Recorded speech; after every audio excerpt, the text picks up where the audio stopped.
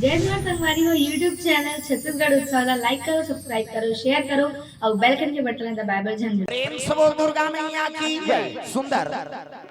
CG तैयार हो लगे ओतकी जवान देवता मन पहुंचीगा लगे सवारन सकल सुर पाहन विविध अभिमान अपन अपन वाहन में सब देवता मन बराती जाय बराते त शिव जी देखिन तो विचित्र समरे ददा भभूद्र में सांप हाउ के माला जटा मुकुट अहि मौर समारा सांपे सांप के मौर अविला देखिन तब तो देवता मन कथे भगवान हमन तक सुंदर बरात जाबो कई सजरे संवरे हंगी अबे दुल्हा देखबे जका भूता सही सब देवता खड़े रहती कर विष्णु जी आ गए विष्णु जी कहते का हो गए अब देखना महाराज अतक सुंदर हमन बरात जाबो कई पहिर के आना दुल्हा देखबो जका भूता सही विष्णु जी कहते तुमन बने पहिरे हो ना हां छोड़ो जका भूता है की एला सुंदर शंकर जी शिव जी कहते हां भैया हमन जका भूतन तू ही मन वेरी वेरी ब्यूटीफुल दिखा था हमार लाइक हम वाला भवन की तब भृंगी बाजा तेरे लग हां ये देखने एला भृंगी कथे दे ता ये फूक देवे सब देवता आ तोरो गांव को मना के भूत प्रेत में देवी देवता भी आरी सुन ता ये बाजत में पावर है शंकर जी बजाते और दूसरा नहीं बजा सकता प्रेम से बोल दुर्गा मैया की जय किसे यही बजाई सुनी जब का भूत परे थे ते मल नेवता मिल गई दादा प्रेम से बोल दुर्गा मैया की जय भूत प्रेत कहते चलो रे शंकर जी बारात जाना मन से मुड़ी कबला काठा मन से मुड़ी के टड़ाना टिड़ीनी अलग अलग स्वर माड़ी कटोरी मजीरा ठर्रा ठर्रा फेंस फूट जाईता उ कोल हाथ के माड़ी खाड़ा चिकारा हथोरी और कोहनी जाके लंबा हाड़ा माड़ी और घुटवा जाके लंबा हाड़ा एक चिकारा बना है के कोरे को रेत और टूट जाईता कहते सब काम तो मसान गड्ढा है ऊंचे कोड़ले बोन की चलो रे भोले बाबा के बारात जाबो डमरू वाला के बारात भोले बाबा के बारात जाबो डमरू वाला के बारात भोले बाबा के बारात जाबो डमरू वाला के बारात भोले बाबा के बारात जाबो डमरू वाला के बारात नदिया बैला बाजा बाजे हवे ना सिंगा पे चला बैठे हवे ना हाथ में डमरू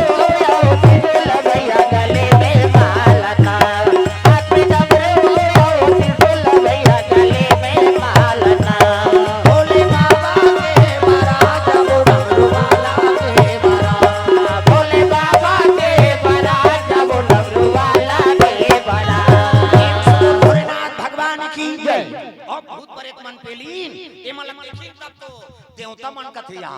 यहू मन बारात जाई जी अरे मला लेकोत बेइज्जती हो जाई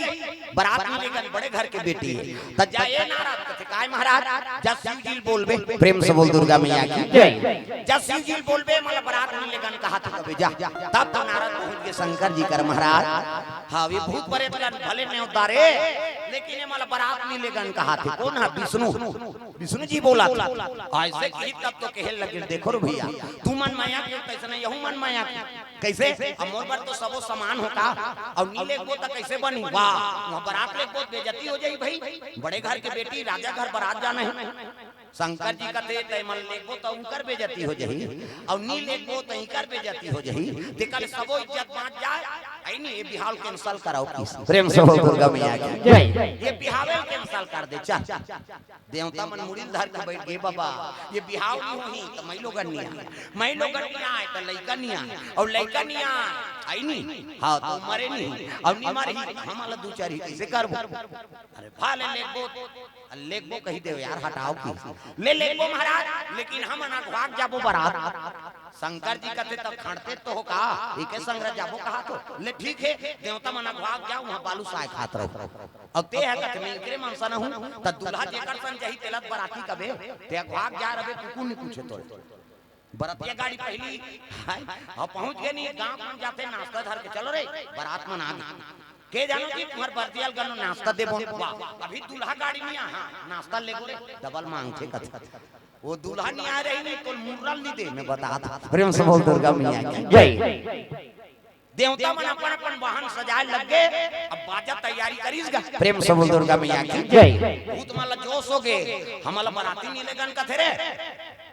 अच्छा बाजल बजाओ रे की आई मन देवता मन मृदंग बाजो बजाते अधि तीन ना देव भूत प्रेत मन हाड़ा बाजाए दादा ये मन डटी नु करे दा इकर बाजल फेल करो रे हमार बाजा चल ही कहते ये भोला के बराती हो राजा ही मांगल के घर जाई हो मां भोला के बराती हो राजा ही मांगल के घर जाई हो मां भोला के बराती राजा ही मांगल के घर जाई हो मां भोला के बराती राजा ही मांगल के घर जाई हो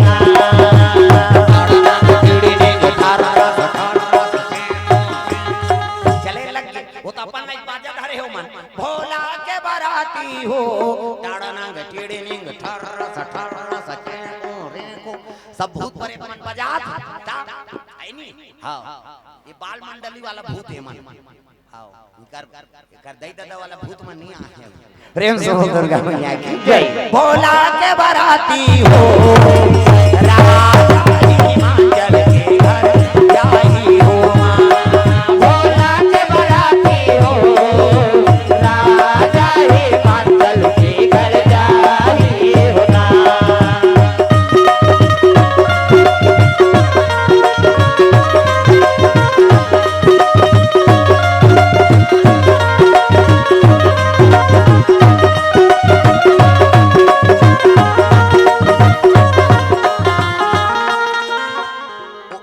करके नाचन तक तू मत बरतिया तेल देखी हमन देख कौन का होती देख होती आओ त चिन्ही तुम्हारा कते डुमर पेड़ के कते मसान गड्ढा वाला है ता भोला के बराती हो राजा हिमाचल के घर जाई हो मां भोला के बराती हो राजा हिमाचल के घर जाई हो मां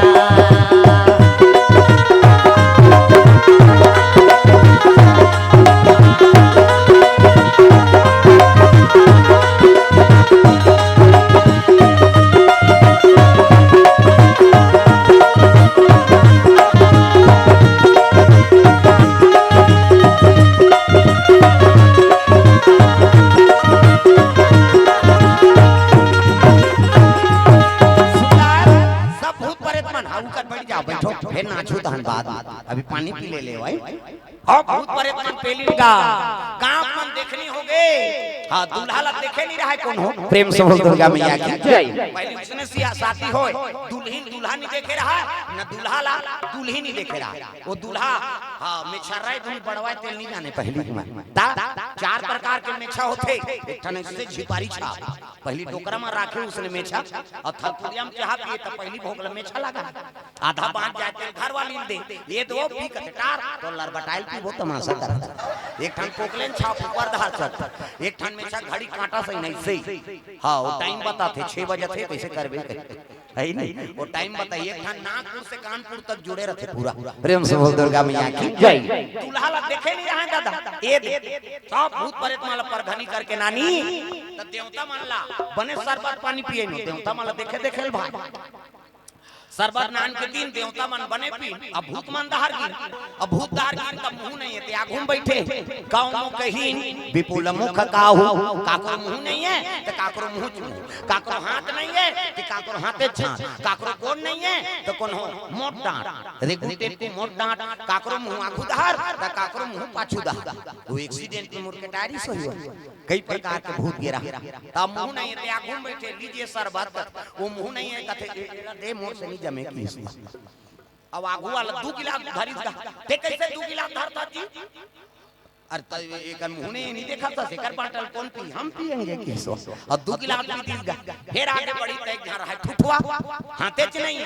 हां हाथ वाला 2 गिलास धरी कैसे तुम 2 गिलास तैला नहीं देखा था जी ठुठुआ देला 1 गिलास लप में हूं 1 गिलास में पीऊं फिर आगे बढ़ी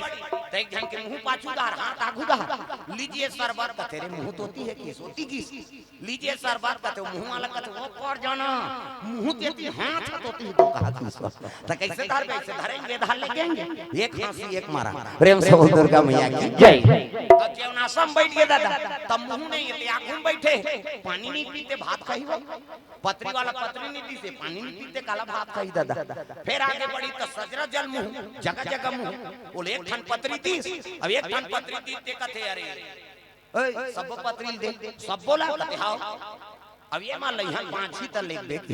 और जठाई पत्री दे, एक बिंडल पत्री ला 7 हाथ लंबा 7 हाथ चौड़ा,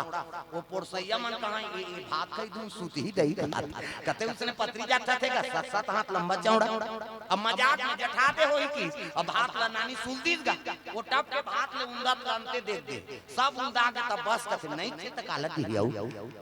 दार वाला दार उल्दी साग के नाना ते दार सुन रफा दफा, साग वाला कहते थे भात नान की हां, दार आए तो दार सन खाए, साग आए तो साग सन खाए, ऐनी 3 और ऐनी और सना रीस और सोना रीस तीसरैया लीस हां सब बोल के जन झोका खाती न खिचड़ी खड़ा रहो भाते नहीं है। अब ये एक जन खाए रंधैया मन कथे में केहे वो केहू प्रोग्राम कही तो एक जन कहते 5 काठा कर रांधे रहे बहिनी पूर जाई गई हम का जाने ने एक जन पेट रोगा होई कही। प्रेम से बोल दुर्गा मैया की जय।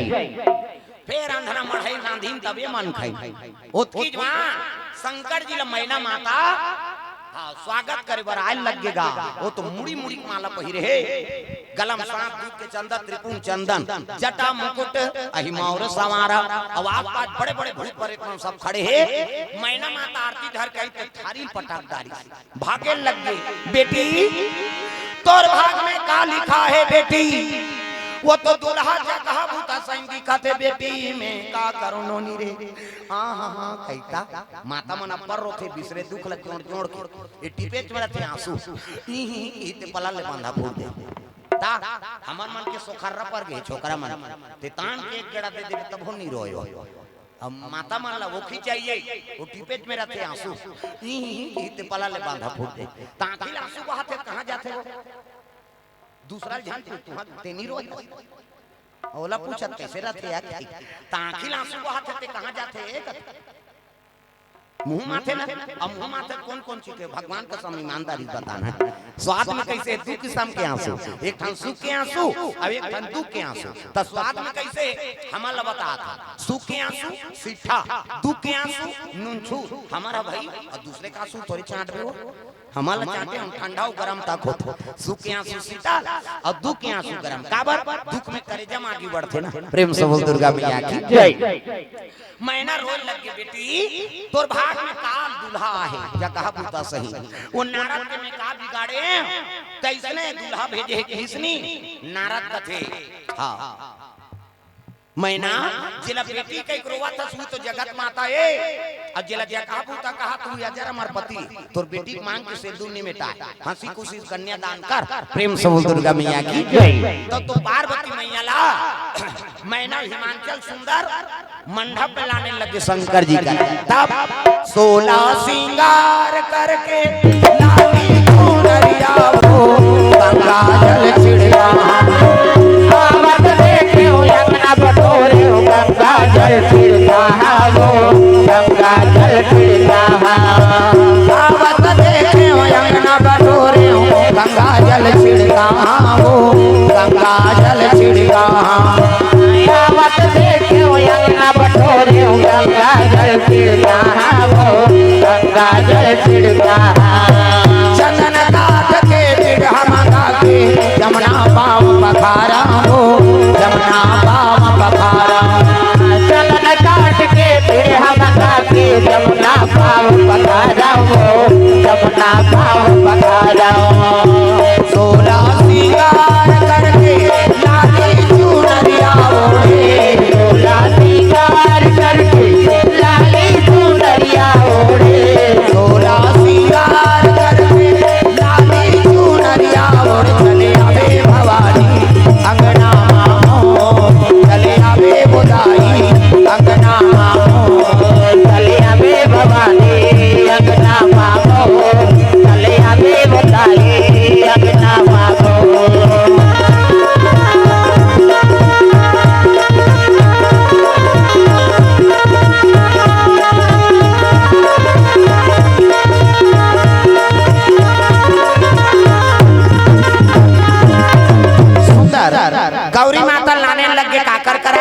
शिव जी महाराज करा मैना हिमांचल यति भूत परे तला देख के गांव का मनहा आईनी बड़ा चंभा हो के भगवान ने का बराती ये मन कैसे पर घावे गौरी तोर गौराला कैसे पर घावे गौरी तोर गौराला भूतवाला ए बराती मां कैसे पर घावे गौरी तोर गौराला कैसे पर घावे गौरी तोर गौराला भूतवाला ए बराती मां बैठे खम खमले पर हरी चौरा मां बैठे खम खमले पर हरी चौरा मां बैठे नहीं दी आत्मा बैठे खम खमले पर हरी चौरा मां बैठे खम खमले पर हरी चौरा मां भूतवाला ए बराती मां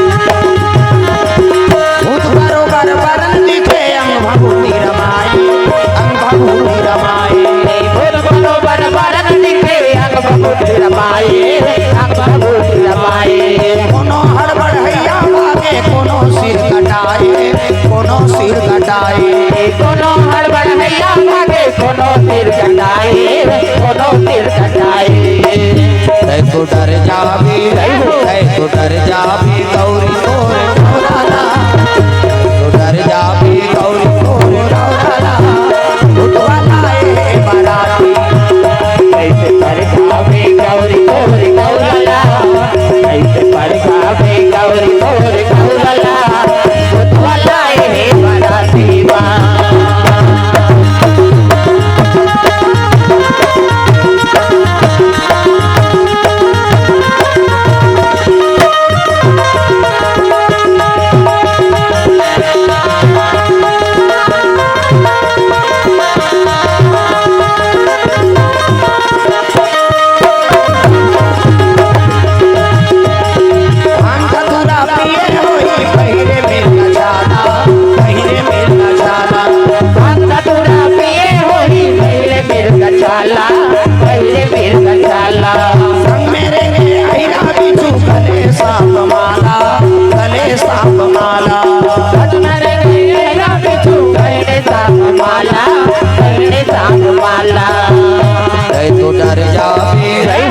तो डर जावे गौरी तोर गौराला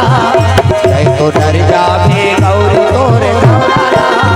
भूतवाला ए बराती कैसे पर घावे गौरी तोर गौराला कैसे पर घावे गौरी तोर गौराला भूतवाला ए बराती मां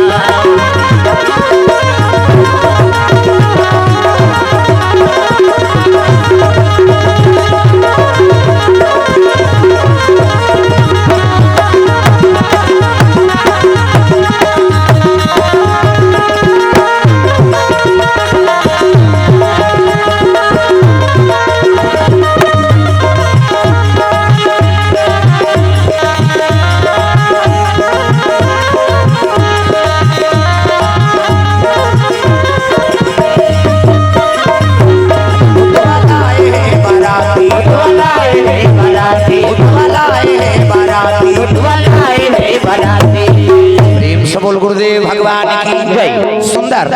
माँ गौरी में सुंदर मंडप मिलाने लगे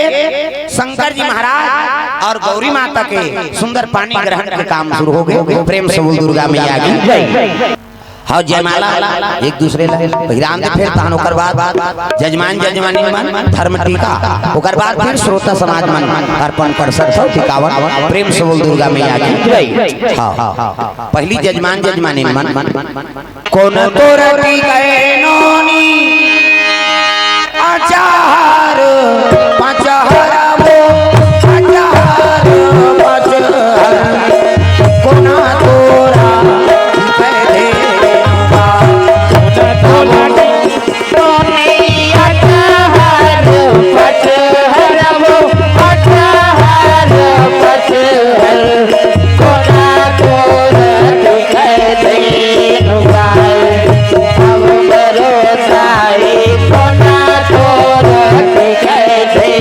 No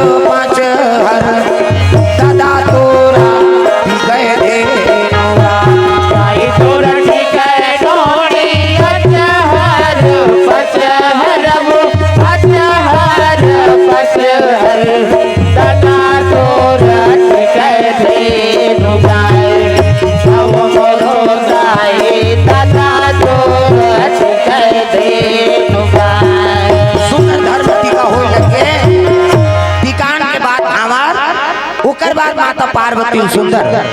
विदा करे लगे सुंदर कर ले श्रृंगार वो बेटी जाबे ससुरार वो अंगना में आए बारात जा जा मोर बेटी अंगना में आए बारात जा जा मोर बेटी अंगना में आए बारात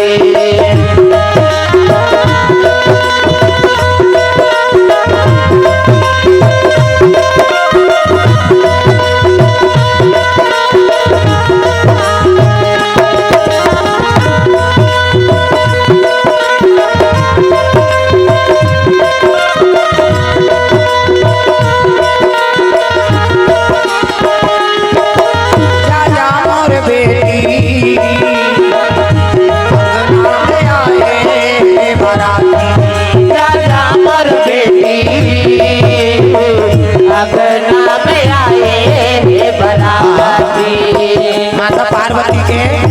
विदाई में हमारे हेमंत साहू जी दुर्ग वाले ओर से 100 रुपए द्रव्यदान अर्पण हो भगवान मनोकामना पूर्ण करे